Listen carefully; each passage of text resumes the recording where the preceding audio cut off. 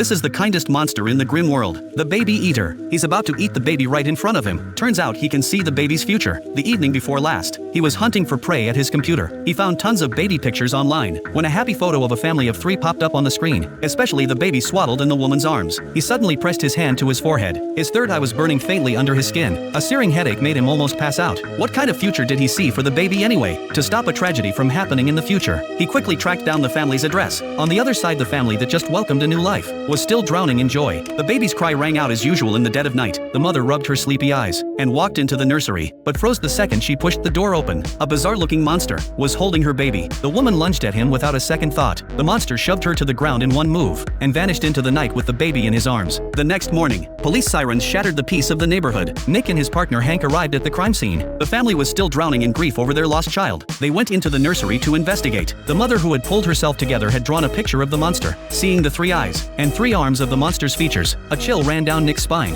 He rushed home and immediately opened the Grimm's ancient creature books. Meanwhile, the baby eater returned to his hiding place. He didn't harm the baby right away. Instead, he looked at the harmless baby in front of him and felt a twinge of affection in his heart. He sensed that the child had a fever, so he hurried to the pharmacy to buy fever medicine for the kid. But another searing headache hit him out of nowhere. The vision of the baby pulling a gun in the future and killing his own parents flashed before his eyes again. The intense pain made him lose control and knock over the shelves. A clerk saw part of his true form as he writhed in pain and was scared out of their wits. They called the police right away. Nick and Hank used the pharmacy's surveillance footage to track down the monster's license plate. Back at the police station, they quickly found out the monster's identity and address. They rushed to the baby eater's residence in no time. The second they kicked the door open, the baby eater transformed on the spot. He flailed his 3 arms and attacked them, but he was no match for Nick's grim powers in the end, and was taken down by the 2 of them together. He changed back to his human form and was taken to the police station. During the interrogation, he begged over and over, "That kid will grow up to be a serial killer. I'm saving more people." But Nick's job is to protect innocent lives in the present. Their positions were diametrically opposed.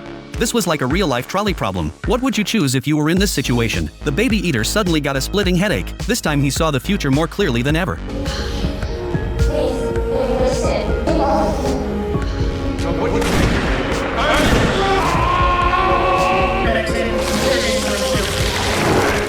He transformed again and broke free from his restraints. He knew he couldn't wait any longer. On the other side, the mother had just recovered from the fear of losing her child. Then a police officer called, telling them the suspect had escaped. The baby's father was just about to lock the door when the monster arrived and knocked him to the ground. The baby eater wanted to get rid of the child as soon as possible. The mother grabbed the baby and ran upstairs and locked herself in the nursery. In the nick of time, Nick and Hank arrived just in time. The baby eater's eyes turned red as he launched a final attack, but Nick kicked him right in the weak spot with precision, sending him crashing to the ground hard. He took his last breath, but as the camera zooms in, there's still a look of resignation to fate left on his face as he turns back to human.